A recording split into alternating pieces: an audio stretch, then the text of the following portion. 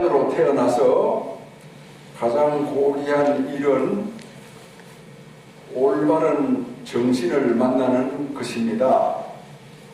바로 부처님의 가르침을 우리가 만났다, 그런 얘기입니다. 그래서 부처님의 가르침을 만난 감사와 다짐을 함께 하겠습니다. 따라합니다. 무상심심미묘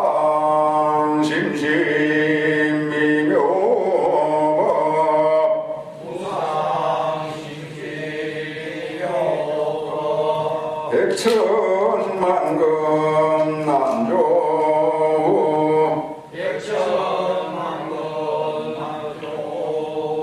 아금문견 득수지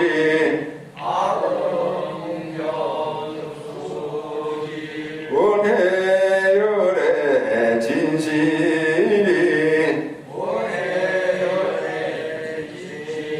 마반야 바람일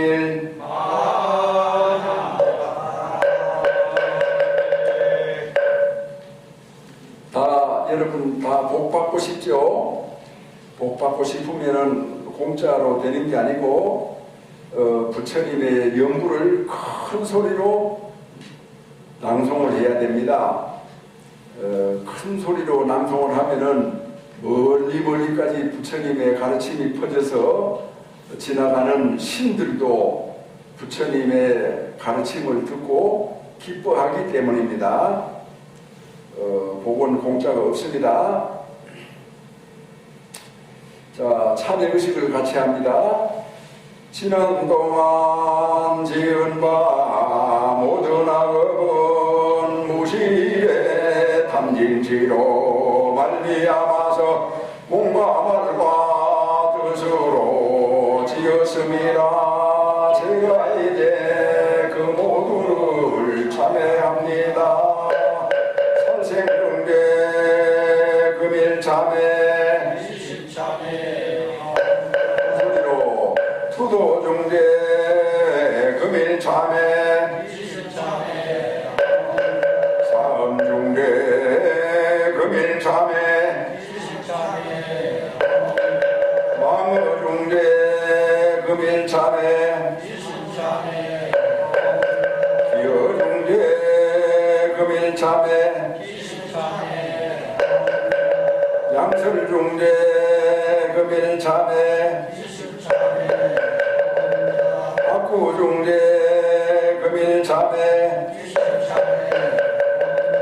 함해중대 금일참회 진해중대 금일참회 시암중대 금일참회 백합동안 사인지 한 생각에 다해 없으니 마른 불을 불태우듯 흔적조차 없어라. 죄성품 본래 없어 마음 따라 일어나네. 마음 없어지면 죄업 또한 사라지니 죄도 마음도 없어 두 가지 모두 공하면 이것을 이름하여 진참해라 한다네. 참회지는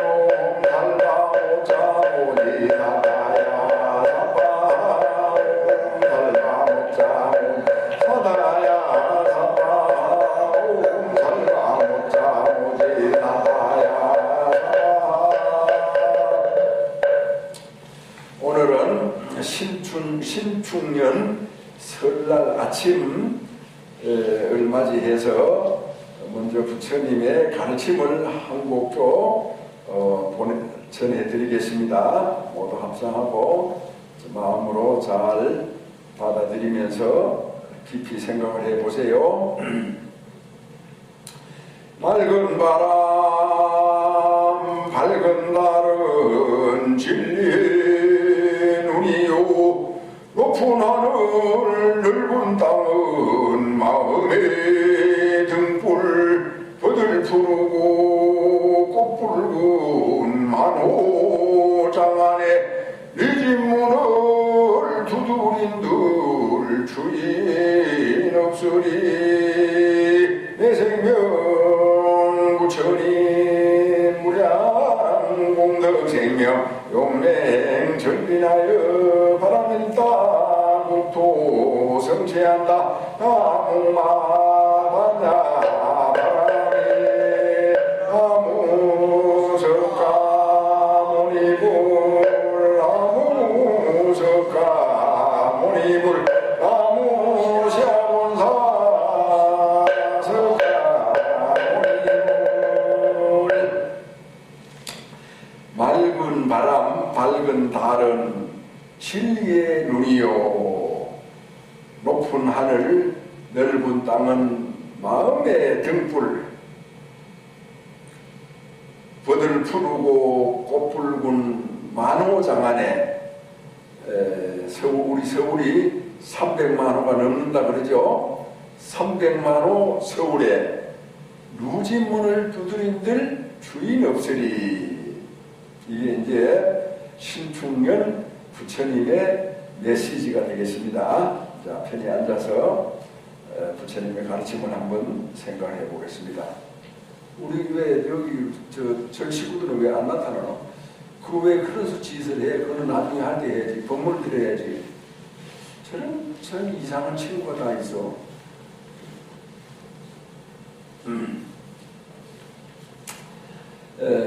우리가 이제 설이다 이렇게 하면은 이제 뭐 음력 초하루다 이렇게 이제 볼 수가 있지만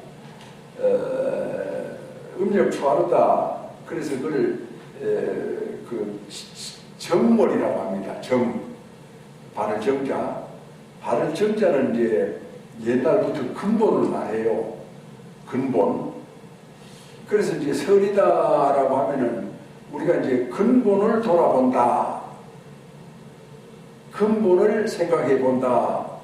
이제 그런 뜻이 이제 들어있는데, 중생들은 눈에 보이는 대로, 귀에 들리는 대로, 냄새 맡고, 맛보는 대로, 그렇게 느끼는 대로 이렇게 정신을 팔고 살잖아요.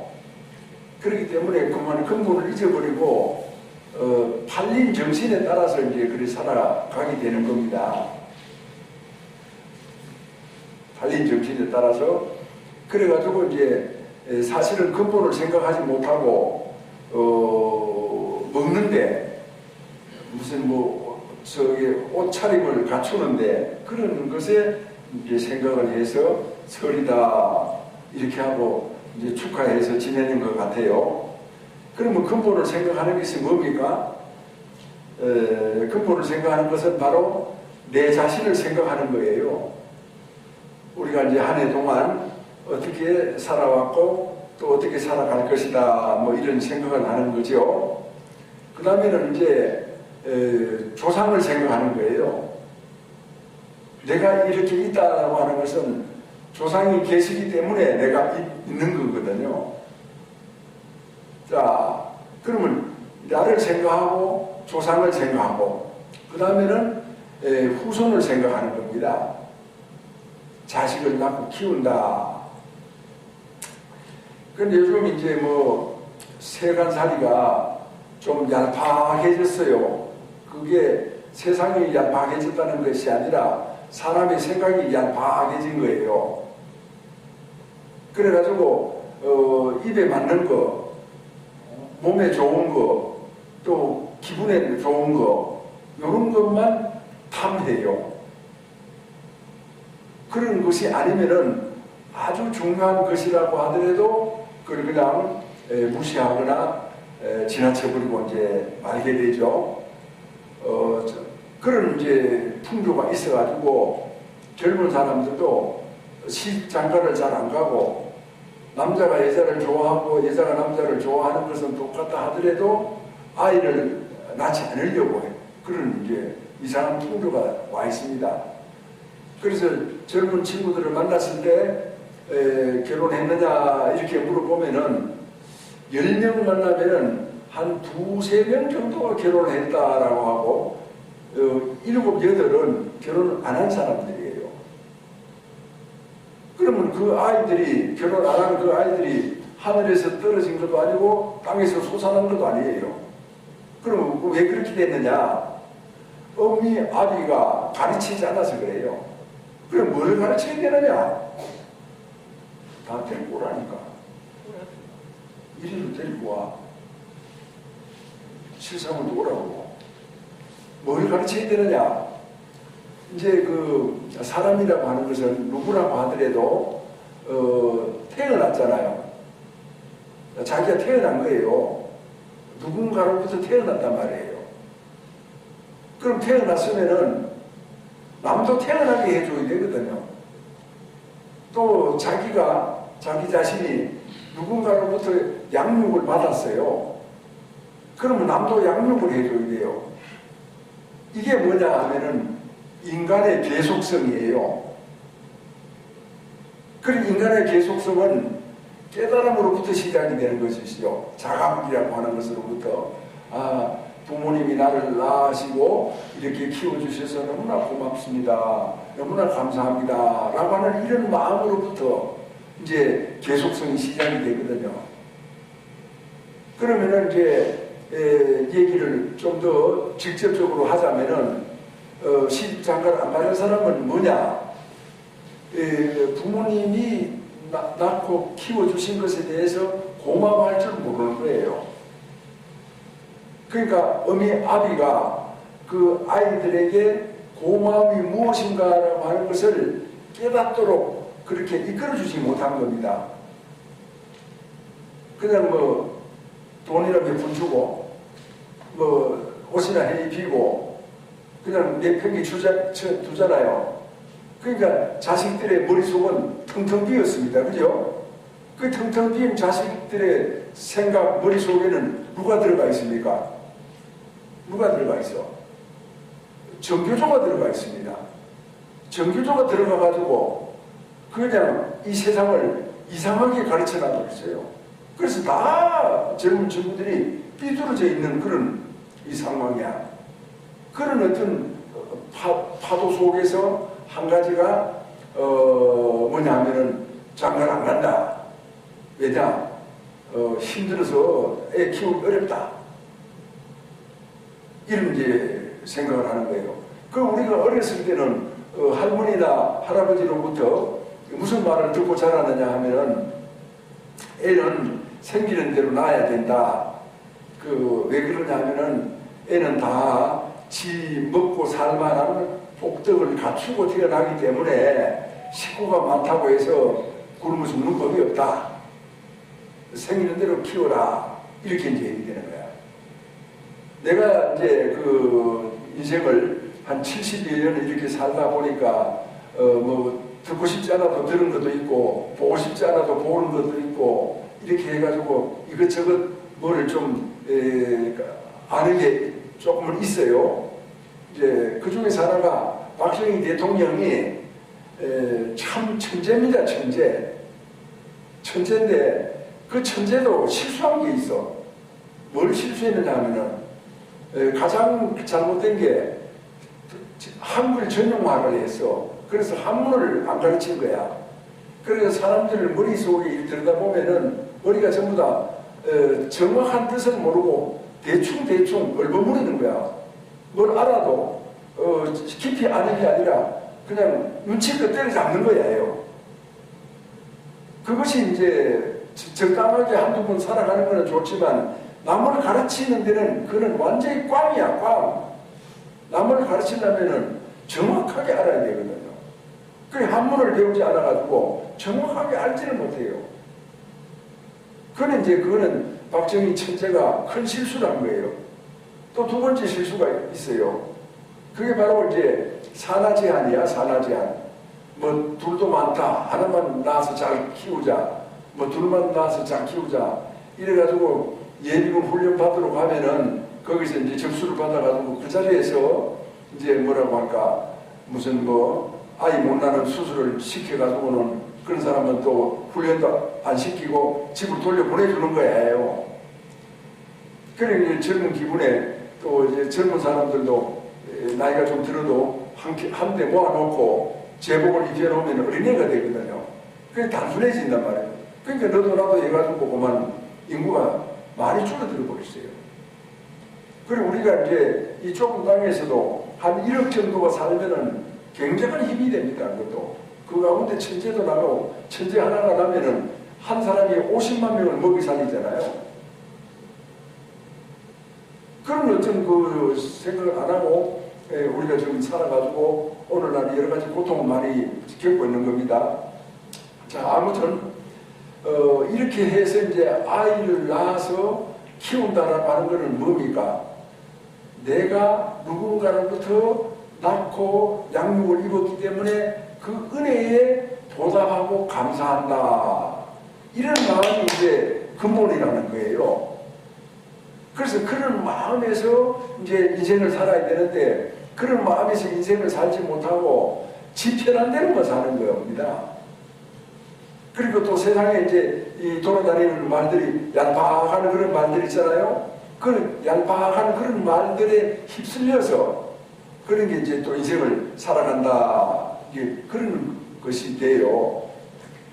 그렇기 때문에 이제 근본을 생각한다라고 했을 때 우리가 이제 나를 생각을 하고 그 다음에 이제 나를 있게 한 그런 조상님이 있잖아요. 조상을 생각하고 그 다음에 이제 또 후손을 생각하고 그래서 이것이 근본이에요. 그래서 후손을 우리가 이제 생각을 하면은 내 아들, 딸들을 생각을 하면은 함부로 행동하고 함부로 말하고 함부로 돈을 펑펑 쓰고 그렇게 못하죠. 가정도 그렇고 국가도 그래요. 함부로 못해요. 내가 저기 사람들한테 표를 많이 얻기 위해 가지고 나라에 빚을 내 가지고 돈을 쫙 뿌린다. 그래 나라의 빚을 이게 함부로 쓰지 못하는 거죠. 왜? 내 후손이 있기 때문에. 이런 어떤 근본을 생각하지 못하기 때문에 우리는 여러 가지 어떤 그런 고통을 알면서도 뻔히 보면서도 그런 것을 이제 당한단 말이에요. 고통을 안 받을 수도 있는데 고통을 받는 길로 이렇게 가게 됐을 때 그걸 눈으로 보게 됐을 때 얼마나 안타깝고 정말 뭐라고 할 수 없는 어떤 고통이 생기는지 몰라요. 그래서 이제 세상을 잘 생각하는 사람들일수록 그런 고통을 크게 느끼는 겁니다. 자, 이제 이렇게 이제 근본을 생각한다라고 하는 것이 나를 중심으로 해가지고 조상님도 계시고 후손들도 있고 그러니까 이제 3대가 있어요. 그게 가정이에요. 그게 가정이란 말이에요. 이건 인간만이 할 수 있는 가정이에요. 짐승은 못해요. 왜 못합니까? 인간이 머리로 가장 뛰어나기 때문에 그래요. 이 지구상에 3천만 종 이상의 생명체가 살고 있다고 하지 않습니까? 그렇지만 그 중에서 가장 뛰어난 것은 인간이에요. 왜? 머리가 있기 때문에 생각을 하거든요. 그런 이제 생각하는 어떤 그런 고귀한 뛰어난 생명체다. 이렇게 이제 우리가 이제 생각을 해 봤을 때 그것이 바로 가정이다. 이렇게 이해를 해야 됩니다. 가정이 무엇이냐? 가정은 보통 일반적인 사람들은 뭘 모르는 사람들은 어미 아비로부터 제대로 배움이 없는 그런 가정에는 가정은 부부다. 이렇게만 생각하는 거예요. 부부다. 뭐 그것도 얼핏 보면은 맞는 것 같지만은 부부도 다 근본이 있잖아요. 부부도 다 어미 아비가 있잖아요. 또 부부로 같이 살면은 저절로 후손이 이게 태어나잖아요. 그래서 3대가 어우러져야 비로소 가정이라고 이제 할 수가 있죠. 나와 부모님이 계시고 또 아들, 딸들이 있고 이게 이제 가정의 3대 요소입니다. 무슨 핵가족이다. 무슨 뭐 핵가정이다. 이렇게 하더라도 뿌리 없는 나무가 어디 있어요? 저 한번 봐보세요. 나무가 저기 쫙 이렇게 산에 있잖아요.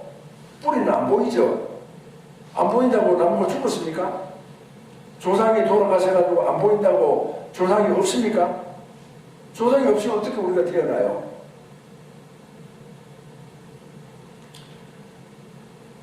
자, 자, 이러한 어떤 그 가정의 어떤 그런 기본적인 육체적이고 정신적인 바탕이 딱 형성되어 있지 않습니까? 이 가정을 잘 지키는 것이 무엇이냐? 그것이 바로 국가입니다. 국가의 제일 기능이 뭐냐? 개인을 이렇게 보호한다. 그 개인을 보호해주는 대신에 개인으로부터 세금을 받고 또 나라를 지키는 국방 의무를 받고 또 교육을 이제 받고 이런 어떤 국민의 어떤 자격이 있긴 합니다만은 어쨌든 노골적으로 직접적으로 말을 하자면은 국가라고 하는 것은 가정을 잘 지켜내는 것이 바로 국가다라고 우리가 이렇게 생각을 해야 됩니다. 자, 국가라고 하는 것은 결과적으로는 수많은 가정이 또 수많은 사람들이 모여있는 그런 곳이에요. 그래서 이제 모여가지고 우리가 어떻게 사느냐? 서로 협력하면서 살아요. 서로 도와가면서 살아요. 서로 협력을 해야 돼요. 협력을 하지 않으면 그냥 뭉개져 버립니다. 그래서 서로 잘 지내고 협력하고 이렇게 하려고 하면은 첫 번째 약속을 잘 지켜야 돼요. 그리고 또 거짓말을 하지 않아야 돼요. 그 다음에 또 개인 한 사람 한 사람이서 어떤 인간으로서의 역할을 해야 돼요. 그게 이제 책임감이에요. 분야별 역할이 있어요. 가정에서도 있죠. 남편, 아내, 아들, 딸, 조상 뭐 이런 다 역할이 있지 않습니까? 그래서 그 역할을 충실히 할 수 있는 그런 이제 어떤 그런 삶을 살아야 된다. 이런 뜻이죠. 그래서 그런 것을 이제 잘하는 사람도 있고 못하는 사람도 있고 개인의 차가 있기 때문에 법을 만들고 여러 가지 어떤 그런 그 규칙을 세우고 도덕 윤리를 이제 형성하고 이제 그렇게 쭉 하게 이렇게 이어져 살아온 것이거든요. 그렇기 때문에 국가가 형성이 돼 가지고 우리 특히 이제 대한민국 같은 나라는 수천 년, 5천 년의 역사를 가지고 있죠. 그리고 5천 년의 역사 속에서 우리가 이렇게 쭉 이렇게 지내오는 겁니다. 그리고 5천 년의 역사 속에서 무엇들이 이루어졌겠어요? 윤리와 도덕과 우리가 말할 수 없는 미풍양속과 많은 것들이 거기에 녹아져 있어요. 그렇기 때문에 인간의 어떤 정신 질서를, 정신 세계를 함부로 막 잡아 흔들거나 걷어고치거나 제멋대로 하면 안 되죠. 특히 이제 이 국가의 지도자들은 그런 부분이 잘 갖춰 있는 사람이어야 됩니다. 그런 부분이 갖춰져 있지 않으면은 거짓말을 잘하거나 자기 책임을 못하거나 또 무슨 도둑질을 하거나 사람을 죽이거나 이런 이제 행위를 이제 하게 되면은 그런 이제 나라의 어떤 근본이 뒤흔들린다 이렇게 이제 되는 겁니다. 그래서 오늘날 이제 그런 것을 이제 유식하게 말입니다. 자유민주주의 제도다. 또 뭐 그 다음에 이제 공산주의 어떤 그런 제도다. 이렇게 얘기를 하잖아요. 그거를 이제 복잡하게 그렇게 생각할 건 없어요. 그건 뭐냐면은 삶의 방식이에요. 삶의 방식. 자유민주주의 제도는 그 자기가 할 일을 열심히 하고 그러니까 열심히 하고 노력을 많이 하면은 이제 부자가 되고 또 놀고 뭐 그냥 이렇게 적당하게 지내고 하면은 뭐 가난하게 살고 그건 이제 그런 것은 자기 자신이 알아서 하라 이런 뜻이에요. 그 다음에 이제 공산주의라고 하는 것은 그냥 뭐 다 똑같이 모여서 일하고 똑같이 모여서 쉬고 똑같이 모여서 이제 배급을 받고 이래 하는 거예요. 그러니까 그렇게 결과적으로 삶의 방식의 문제 아닙니까? 그래서 똑같이 모여서 일하고 뭐 나누어 갖고 이렇게 하니까 사회가 잘 발전이 안 돼요. 인간은 누구나 다 어떤 욕망을 가지고 있거든요. 그러니까 그 욕망도 좋은 욕망이 있고 나쁜 욕망이 있어요. 남을 해치면서 자기의 이익을 얻으려고 하는 건 나쁜 욕망이에요. 남을 해치지 않고 자기가 열심히 살아가는 것은 부자가 되려고 열심히 살아가는 것은 좋은 욕망이에요. 그런데 욕망에 대해서 다 나쁘다. 욕망은 버려야 된다. 그건 위험한 일이에요. 잘못된 일일 수가 있어요. 그렇기 때문에 우리는 그 삶의 방식, 자유민주주의 제도냐 공산 독재주의 제도냐, 이걸 이제 선택을 하는 거예요. 그래서 자유민주주의 제도 밑에서 살던 사람들이 그냥 어떤 그런 억압 속에서 독재 어떤 체제 속에서 살아간다라고 하는 것은 그거는 실제로는 어려워요. 그러나 어렵다라고 하지만 사람들을 서서히 바꾸어가는 겁니다. 알게 모르게. 우선 이제 내가 이제 국회의원이 되고 대통령이 되고 해가지고는 나라의 돈을 채권을 찍어가지고 국채라고 하죠. 빚을 내가지고 뿌립니다. 뿌려. 10만원. 경기도 10만원씩 받았죠. 야, 10만원 받으면 뭐 할까? 그러면 뭐도 좀 하고 해야 되겠다. 이렇게 해가지고 이제 돈을 냉큼 받았습니다. 그래 이제 투표가 될 때, 투표할 때 좀 딱 가면은 누굴 찍을까? 야, 이 사람 찍으면 또 10만원 더 줄 거 아니야. 더 줄 수도 있다. 사람이 자기도 모르게 그 달콤한 맛에 톡 빠져가지고 고기 딱 찍어버리는 거예요. 알면서 찍는 거예요. 아, 이렇게 하면 안 되는데, 너무 이렇게 빚을 내면은 나라에 앞날이 큰 문제가 생기는데, 이렇게 이제 하면서도 그 투표하는 손은 돈 주는 사람한테 간다는 겁니다. 그것이 이제 인간이 가지고 있는 어떤 그런 함정이에요. 약점이에요. 그런 약점을 사람들은 그거를 이용을 하거든요.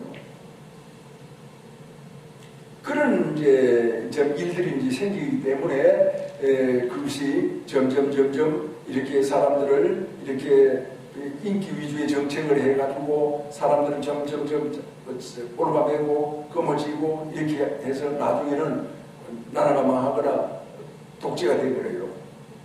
페론이라고 하는 저기 남미의 아르헨티나 대통령, 거기에 인기 영합주의, 포퓰리즘이라고 하죠. 그거를 해가지고 아르헨티나가 망했어요. 그 다음에 어디입니까? 그 다음에 이제 그 베네수엘라 아니에요. 나라가 망한 거예요. 베네수엘라는 굉장히 부자였어요. 그 자체에서 엄청난 어떤 그런 자원이 있었던 그런 나라예요. 그래서 자원이 있으면 뭐합니까? 나라가 망해가지고 백성들이 다 이웃 나라, 콜롬비아 같은 데로 많이 떠나갔거든요. 그래서 나라가 붕괴되어 버린 겁니다. 아이고, 우리나라는 까딱없습니다. 우리는 그럴 리가 없습니다. 백성들이 얼마나 똑똑한데요. 그렇지 않아요. 똑똑한 사람이 죄꾀에 죄가 빠져요. 죄꾀에 죄가 넘어가요. 아야 소리도 못하고 그냥 이상한 세상에 떨어지게 돼버려요. 그래서 정신을 굉장히 많이 차려야 되거든요. 자, 이런 측면에서 우리가 이제 설날 모여가지고 나를 생각하고 또 조상님을 생각하고 부모를 생각한다. 자식을 생각한다. 이것이 이제 어떤 그런 가정의 3대 요소이고 가정의 근본이다. 이러한 가정이 모인 것이 바로 국가이다. 그래서 그 국가가 어느 쪽으로 나아가야 되느냐. 이거는 전적으로 국민에게 달려있고 전적으로 불자에게 달려있어요. 불자들은 절에 와가지고 설법을 듣잖아요. 그 설법을 듣기 때문에 이 사고력이 상당합니다. 일반인들은 이런 어떤 근본적인 데 대해서 얘기를 하면은 재미없어하고 지루해하고 몸을 제대로 지탱을 못해요. 평소에 그런 어떤 사고 훈련이 되어 있지 않기 때문에. 그런데 이제 생각이 깊은 불자들이 어떤 그런 애국심을 발휘하고 또 가정을 잘 지키고 불자의 길이거든요. 그래가지고 불교는 보통 무슨 불교라고 그래요? 호국불교라고 그래요. 나라를 지키는. 내가 이제 장 얘기를 했지만도 우리가 역사책을 배우면은 서양에 여러 번 전쟁이 있었지만 그 중에서 십자군 전쟁이라고 하는 게 있어요. 그건 종교전쟁이에요. 그런 종교전쟁이라고 하더라도 거기에 그 군사들이 신부님이 군사였어요? 일반 백성들이 다 군사였어요. 전쟁 이름만 십자군 전쟁이에요. 그러나 이제 1592년에 우리나라에서 뭐가 일어났습니까? 큰 소리로! 임진왜란. 그렇지! 임진왜란이 일어났죠? 그런 역사는 알아야지. 엄마 아버지가 가르쳐야지. 왜? 미국 대한민국은 200년의 역사밖에 안 됐지만 200년 역사 속에서 배울 거는 몇 가지 안 돼요. 그러면 우리는 5천년의 문화민족이다 이렇게 얘기를 했을 때 5천년의 역사를 배워야지. 5천년의 역사를 배우지도 않고 어떻게 우리가 문화민족인 줄 알아. 무식해서 5천년의 후손이 될 수가 있어요? 자기 조상이 누군 줄도 모르고. 이거는 어미 아비가 가르치지 않아서 그래요. 그랬을 때 이제 1592년에 인지인해란이 일어났을 때 거기에서 굉장히 특별한 일이 생겼습니다. 전 세계적으로 그때까지 전혀 없던 일이 또 앞으로도 전혀 없을 수 있는 그런 일이 일어났거든요. 그래서 조선시대가 이제 우리나라의 시작이 되면서 유교 성리학이 우리나라를 지배했습니다. 불교가 들어가지고 1000년 동안 삼국시대부터 고려 때까지 불교가 지배했어요. 또 유교 500년은 성리학이 지배했어요. 그 다음에 대한민국 시대는 개신교가 지금 지배하고 있어요. 알겠습니까? 그런 어떤 그 과정 속에서 1592년 그 전쟁이 일어났을 때 유교 성리학이 해가지고 불교가 많이 탄압을 받았습니다. 숭유 억불 정책이라고 하는데 그게 아니고 숭유 폐불 정책이에요. 저를 그냥 망가뜨리려고 한 거예요. 완전히 없애버리려고. 그런데 이제 그게 뿌리가 원체 깊고 또 모든 백성들이 마음속에서 부처님을 사모하고 그리워하고 있기 때문에 없앨 수가 없었던 거예요. 그러나 그 사람들은 없애려고 했었어요. 자, 이런 핍박을 받으면서도 1592년에 임진왜란이 일어나니까 서산대사가 그냥 그 자리에서 일어서서 전국의 모든 절에다가 편지를 보냅니다. 나라가 이렇게 위기에 처해 있으니까 늙은 스님들은 절에서 기도를 하고 젊은 스님들은 언제 어디로 모여라, 평양으로 모여라 이렇게 사발 통문을 다 보내요. 그런데 그때 모인 스님들이 5,000명이었어요. 서울에서 군사들 200명 모으기도 어려웠는데 5,000명이 모여서 그래서 명나라 군사하고 스님들 군사하고 광부들 조금 하고 이렇게 연합해가지고 평양성을 탈환하게 됩니다. 우리 불교는 스님들이 그렇게 핍박을 받고 억압 속에서 살고 있던 스님들이 이 나라를 지키기 위해 가지고 지팡이를 버리고 칼을 들고 적군을 무찌르기 위해 가지고 세상에 나타난 겁니다.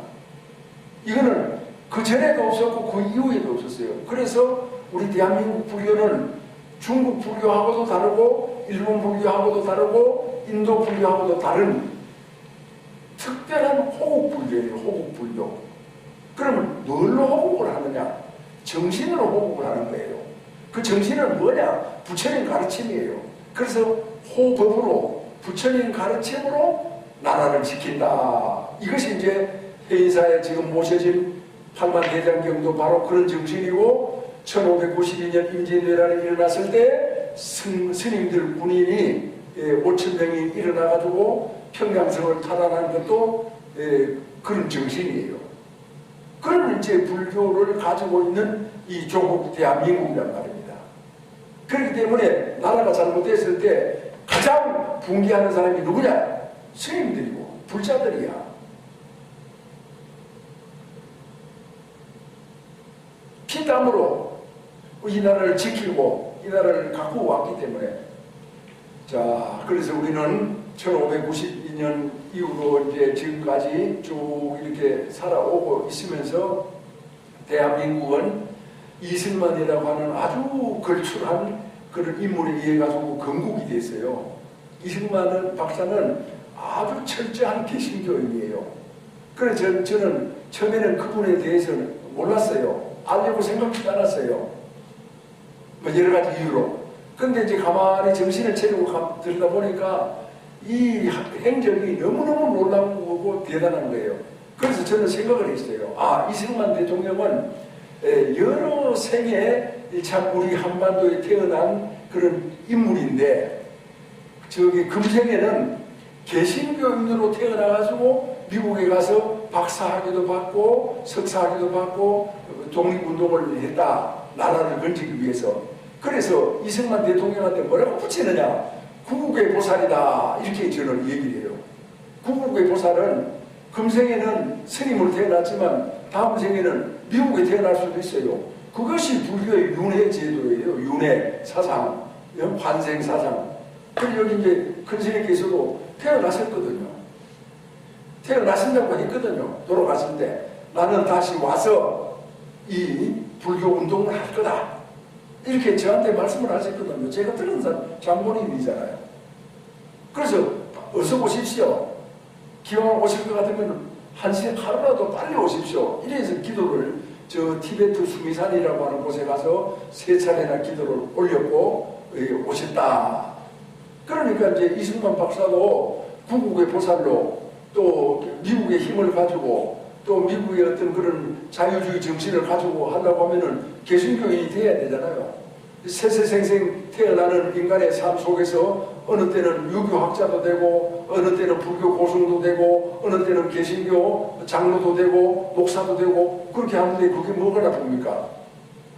나라를 위해서 인류를 위해서 저 참다운 인간을 위해서 무엇이든지 태어나죠.